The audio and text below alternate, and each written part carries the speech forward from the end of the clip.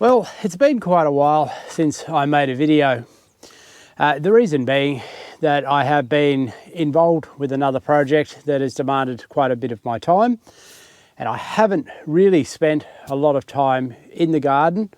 Now, this morning I've come out to try and clean up these raised beds.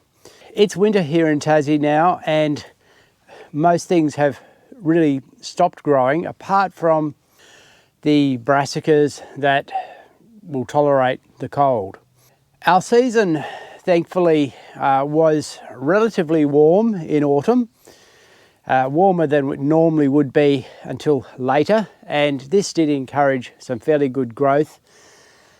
Now, as I go through this morning and clean these beds up, I'll talk about what we've got growing and let you have a look around what else is happening. First thing I'm going to do though is to harvest this zucchini. This was the zucchini bed, and as you see, they've died quite a few weeks ago, but this one I left for seed. So I will cut this open later and see what the seed in it is like. Zucchinis that have grown out to this size, which become marrows as we would call them, are quite good for making soup and things like that still, and will keep quite well because the outside shell is quite firm. How much good viable seed in here is always a question that you don't know until you open it, but we'll have a look at that later.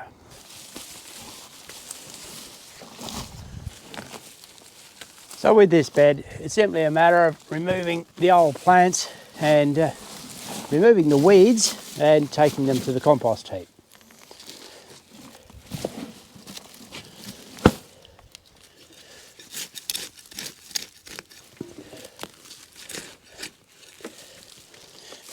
Now, one thing that I often do when I've done a complete bed clean out like this is to use the fork to actually just open the soil in these beds a little bit and loosen it deeper. I know a lot of people say when you're using just compost on the top, which is what I do in these beds, is not actually digging them in a proper way. You shouldn't need to do this, the worms should do it, but I do find over time some degree of compaction occurs, that the soil underneath does get harder. I think it's probably that sometimes in summer it can dry out a little bit too much with a raised bed, and so it gets a bit hard down there. Doing this just opens it and lets the worms come back up and lets the moisture in better, the air into it. I think it has a lot of advantages in this situation. You may not need to use this in places other than a raised bed when you're putting a layer of compost and using a no-dig system like I do in these beds. So not actually turning it over, just breaking it a little bit is all I do to actually aerate it. This bed now just needs a couple of inches of compost laying on top of it. I'm not going to do that right now because I haven't actually got it. I will need to get some more commercial compost to do that, and that should happen within the next week, maybe within a couple of days. It will then be sitting across winter. I won't be planting anything in it until springtime. So this is the next bed to clean up. Now, in here you can see there's some red Russian kale, and there's some self-sown mustard greens which are growing nicely. There's also a bit of self-sown parsnip coming up in here as well. I'll leave some of those, but they're a little bit too close in the middle. Also, we've got some giant kale here. I know this is a perennial kale. It often blows over with wind like this, and I think what happens is it will, if it's sitting on soil, of course this is on concrete, it will actually root down and it will move around like that and grow for a longer period. It's a really great kale. I've been growing it for a couple of years now and really like it. I sourced the seed off my nephew, so I can't really tell you a name to look for or where to get it, but we quite like it. We also like the red Russian. It's a really good one because you can use it in the salad. So mostly it's just a matter of getting these weeds out and just tidy this up. This will be fairly quick.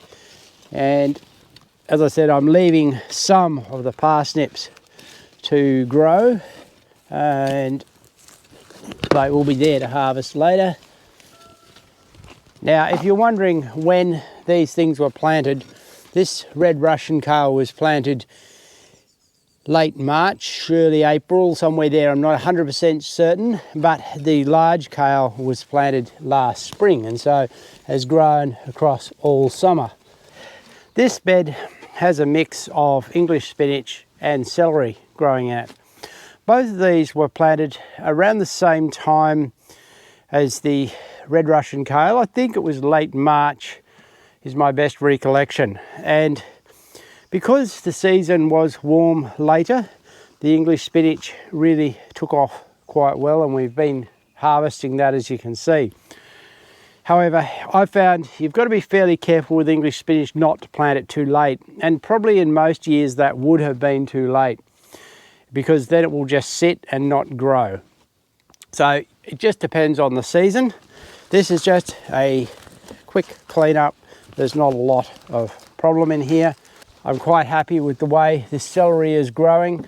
It's nice to be able to use it in soups across winter. Large kale plants like this, I like to clean up a little bit and take some of these older leaves off that haven't been used and are not going to be used, and just force it into some new growth. And as you see, these haven't been picked very well. Probably the children have been at them. They're better if you pick them right back to the stem like this, and the plant will look much tidier. The hens will enjoy those greens.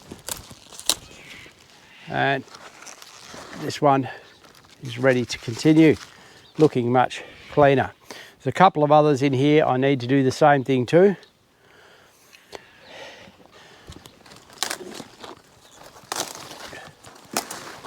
These ones are smaller, they were planted later.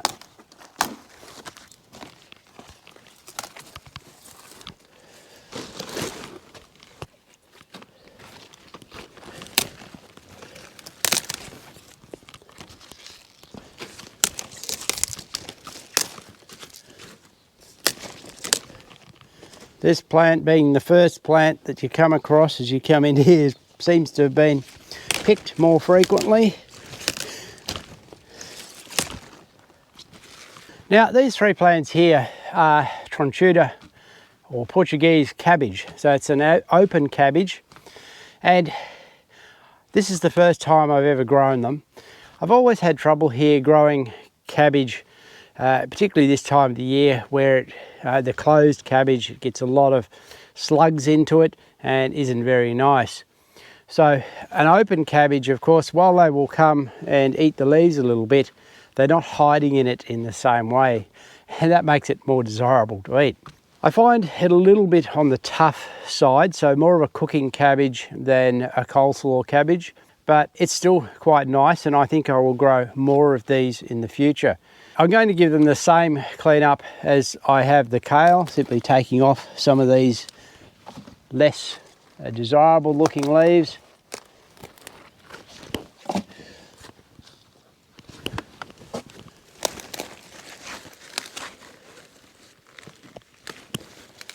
Now, I grew these from seed, and I planted that probably January. So they initially, of course, were attacked by the cabbage butterfly and suffered with that. But then as the seasons progressed, they've started to look a lot nicer. Now, the rest of the bed has a lot of weed, which simply needs to be cleaned out. So this bed has nothing growing in it that I want to keep. There's the remnant of a parsnip, should I say, up there, big one. That just simply needs to go in the compost. This could be, maybe it's a survivor of a leak, so that can be used in the kitchen. So that's the only thing I'll probably leave. I had the beans growing on this trellis. Now, I move the beans from one bed to another every year. I'm not going to pull the trellis out at this stage because that's simply a waste of effort. I will wait until the next bed is clear, and then move into that in the springtime. So it can stay here for now.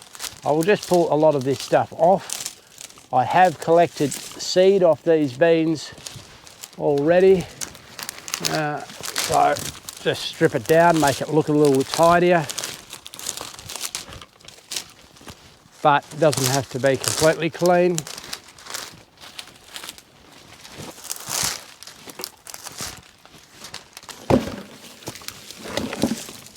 This had lettuce in it over the summer. There's one or two that went to seed, so we might see some volunteer lettuce plants in the springtime.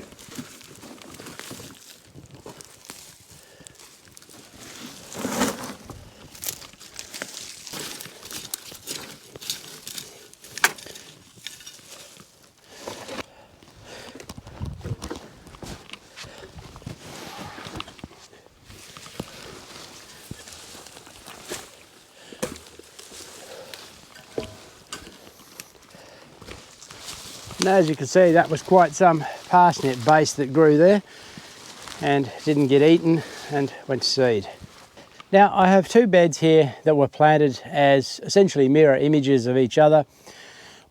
This one a month before the other. It was silver beet, beetroot, carrots, and there was also some lettuce and some radish planted in them. Lettuce, radish, of course, long since finished. There's a tiny bit of beetroot still remaining. Still some carrots in this one to be harvested. And of course, the silver beet doing really well.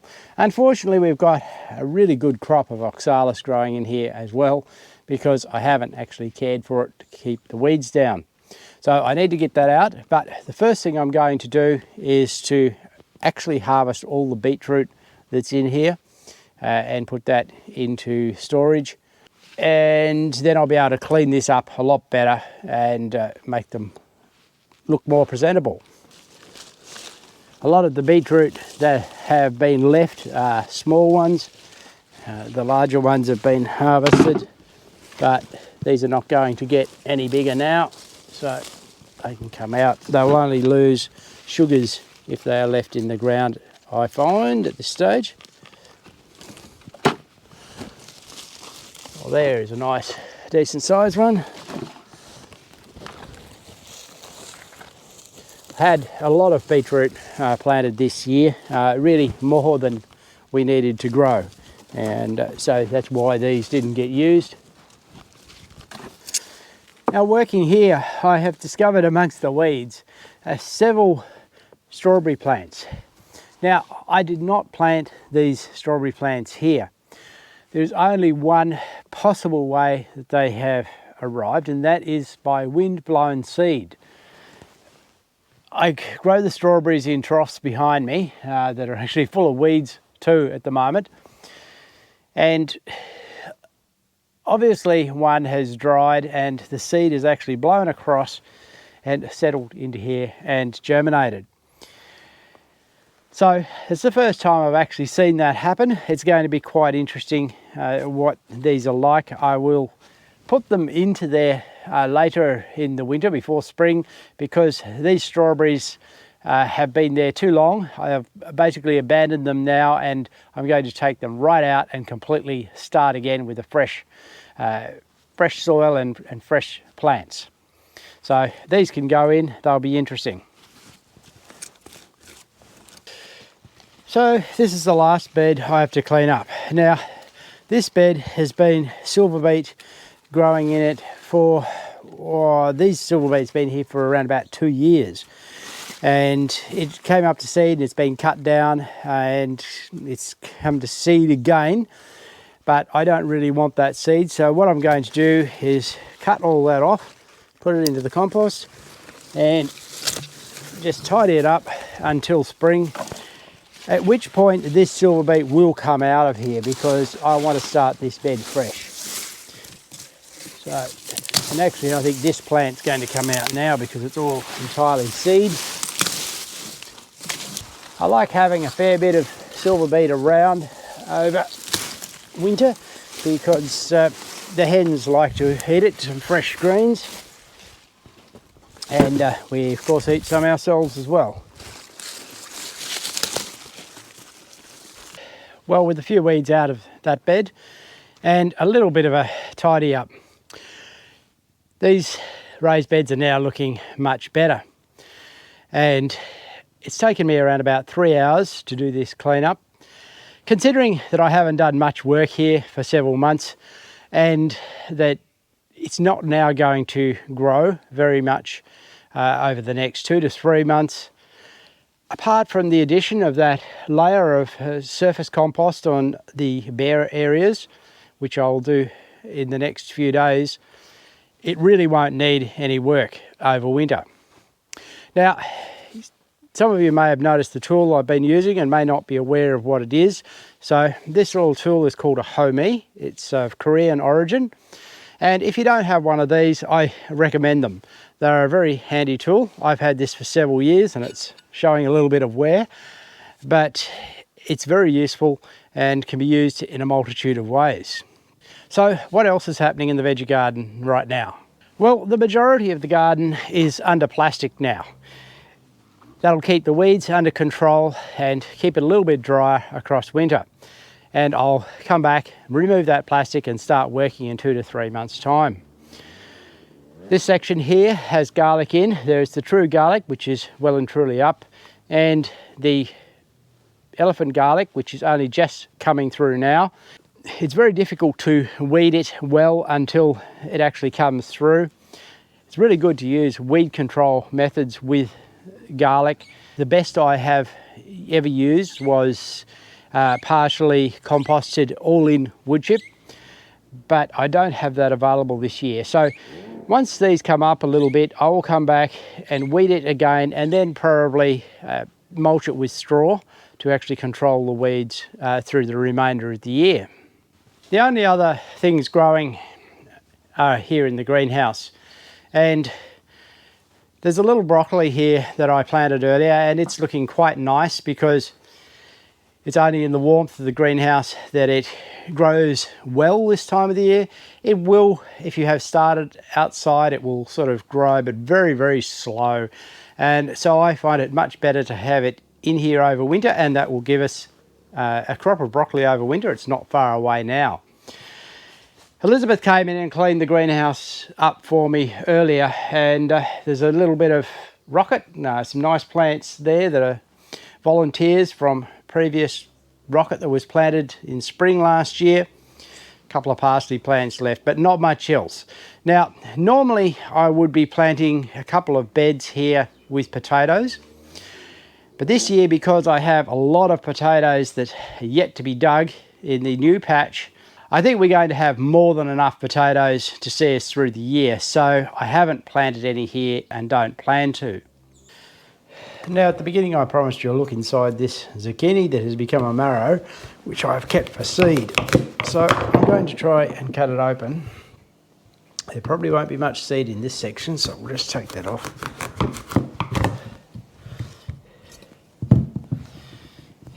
Now, I'm hopeful of getting some seed out of this, but sometimes there isn't a lot of viable seeds, so you can never be too sure. So I'm splitting it in half. The skin is still soft enough to cut with a knife, but a bit like a pumpkin to open up. Okay, so looking here, you'll see there is seed that should be viable. So I'll scoop that out and give it a rinse and then dry it inside and keep that to grow some more zucchinis next year. Ideally you have a couple of these. This year I only have one, but generally it's good to keep them off a couple of plants and not rely on a single gene set. But this was a very good plant, so I'm quite happy to keep it out of this. Now, this flesh is edible, though it's fairly firm. You'll cook it like a pumpkin, and you can make soup and stews and things like that with it. But I've kept this principally for the purpose of seed. And as you see, there is a lot of seed in a zucchini. I'm only working here on one side, and already there's a lot, considering that I only generally grow about 3 plants a year. Well, that's all for today's video. There's still lots to be done in the garden, especially in the area of the orchard and pruning. So I expect that I'll be back with a video or two fairly soon. But as the day begins to cool in winter, it's nice to come indoors, have a hot drink, and allow a little time for some rest and some hibernation, so that you've got the energy for a new season when spring comes.